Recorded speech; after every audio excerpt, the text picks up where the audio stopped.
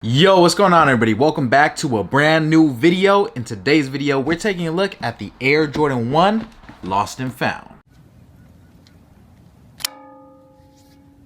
All right, everybody, let's go ahead and let's get right into it. We have one of the most highly anticipated sneaker releases of 2022 here with us today. If you guys missed the unboxing video, I will have that linked down below in the description. But if you're here for the review, you're here for the review. So let's go ahead and break this down. This box is a little bit different than our typical Air Jordan 1 box. Unlike some of the Air Jordan 1s that we've seen in the past, you know, the random colorways and things like that, this one has a story. I've heard a few different stories on this box, but basically what I got was that this box is kind of inspired by those mom and pop shops back in the day. They would, you know, have certain sneakers and some of them would just get lost, which is why they're called the Lost and Found. You lose them for a few years or a few decades and you find them later, and this is how the shoe would be inside this box. We have an orange Nike lid, and this also comes pre-distressed. I like seeing new boxes. It's definitely a nice look.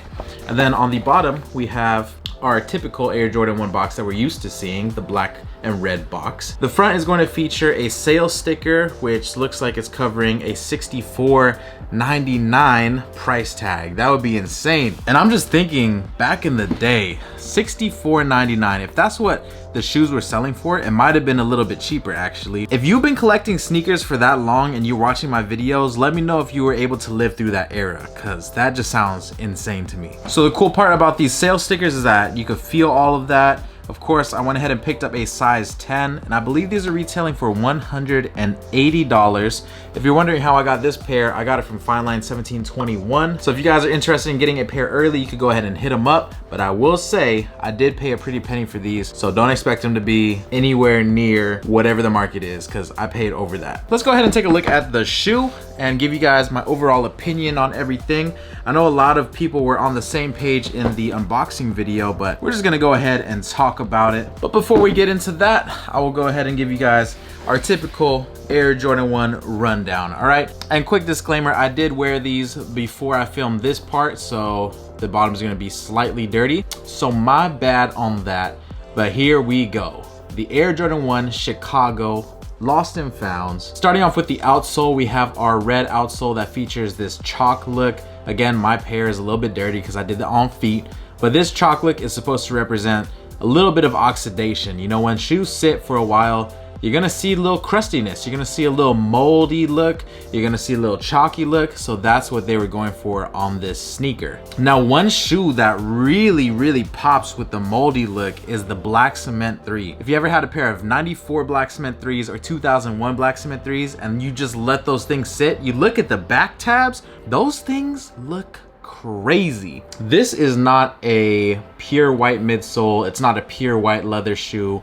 It is more of a sail look. Very slight sail, but let me give you guys a little comparison. The bottom pair is a pair of royal toes, and the top pair obviously is a little bit more eggshell than the bottom, okay? So this is just your comparison for reference. It's very slight, and yeah, they obviously did that to give us that vintage look on this pair right here. I do like sneakers that have stories. I think this one is more of like a concept kind of sneaker. It kind of reminds me of the Nike SB days when every single shoe would have some sort of story linked with it. So I can't hate on the story or anything. But let me ask y'all real quick, at what point is the vintage look just a little bit too much? I feel like I've had enough of it. Like, I could just go with wearing the shoe and letting it do its thing.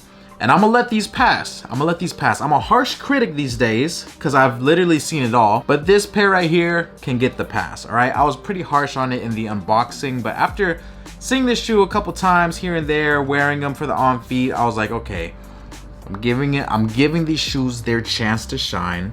Okay, it's a nice shoe, I'll give it that. But after this shoe right here, we don't need any more vintage shoes. We don't need any more vintage looking shoes. Just wear the shoes and they will look vintage eventually. It's not that serious though. It's not that serious, but I'm just curious. Are y'all sick of seeing vintage looking, cream looking, brown looking? I'm just asking. Are y'all tired of seeing the vintage look on stuff? Hey, if you like it, you like it. If you don't, you don't. Just let me know in the comment section down below. This shoe will be releasing on November 19th, 2022 for the retail price of $180. And supposedly this is one of the highest produced Air Jordan 1s ever. At 500,000 pairs, it's gonna be very similar to the Cool Gray 11 release, if I'm not mistaken. Now I will say though, I've seen a lot of pictures of people just backdooring these. A lot of resellers are getting them already, so I mean, out of the 500,000 pairs, I think a decent chunk of them are already sold on the aftermarket. Like if you go on GOAT, if you go on StockX, you can go ahead and buy pairs right now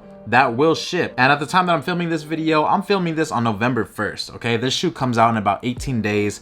So a lot of these pairs right here, they're already moving. Other than the sneakers app though, I'm not sure like where to go nowadays for shoes. It's been a while since I've got a retail pickup, like a retail dub. But yeah, man, I've been paying a lot of resellers. I've been doing a lot of like GOAT instant ships for these early reviews and all that. So if I find any information on stores or blogs or anything, I'll have them linked down below in the description if you guys want to read up on it, because I know this is a very, very hyped release. One of the most hyped releases of this year, and Nike is trying to end this year with bangers. So we got this pair right here, the Lost and Founds. We got the Chicago 2s.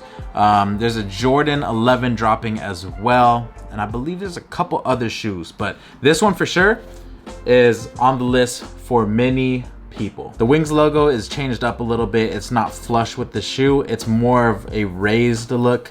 So you can see how puffy it is right there. And then on top of that, you're gonna see the cracked leather on the top. Now they did pretty good with this leather right here. It feels very similar to what an 85 would feel like. A lot of the 85s had like this synthetic leather that cracked like crazy up here. So they did pretty good on this part. It's pretty similar to what the 85s would do. I mean, for the red leather, this is nothing crazy. I feel like for this shoe right here, it's not really about the quality. Like this is just a classic colorway.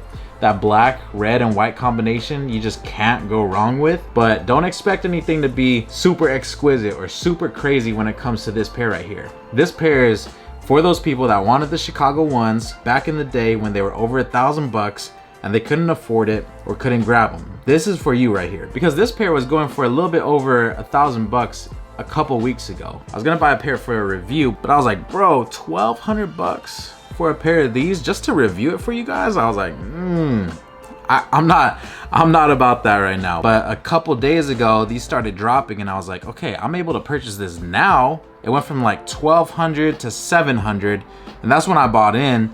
And then now it's around like $550-ish, and it's still a couple weeks before the release. So hopefully after the release, you know, typically the prices will drop. So these should be maybe hovering at about like $350 or $400. So you guys let me know what your resale predictions are on this pair right here. And don't get me wrong, $350 or $400 is a lot for a shoe, but it's so much better than paying what the 2015 Chicagos were going for. Because again, this is a classic colorway, and I know a lot of people really like this shoe. If you could get this for under $500 and you really, really, really like it, I think that's a dub for you guys. And before I forget, this shoe comes with 2 sets of laces. You got the cream laces that matches every single panel of cream on the shoe, and you also have a set of black laces. But personally, I think this cream looks really nice. I think it makes the shoe pop a little bit. The black, a little bit too much. Another thing that I wanted to talk about is the leather. So the cream leather is a cracked, slightly cracked leather right here. Over time, I just don't know how this is going to wear,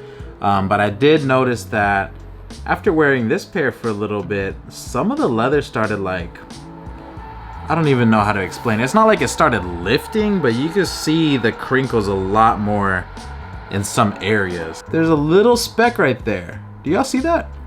That little speck, I don't know if that just gets worse as you wear it or if it's just this pair. I honestly don't know, but it would be very interesting to see how these wear over time. So that's just something to consider. But other than that, this is just a typical Air Jordan 1, nice colorway to rock with basically anything. I mean, I paired this with a pair of Wrangler pants from Target. Super comfortable and not too bad on the price. So I'll have that link down below in the description if you guys are trying to pick up the exact pants that I was wearing in this outfit. Oh, and before I forget, take a look at the insole. We have our white insole with the Nike Air in red. Honestly, hate white insoles so much.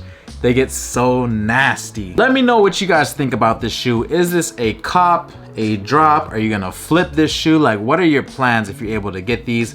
Again, if I'm able to get it for retail, I'm a happy camper. This cool. And if I'm not able to get these for under like $350 or $400 max, I'm cool off this pair, bro. I'm cool off of it because I haven't really been spending too much on shoes that are like crazy.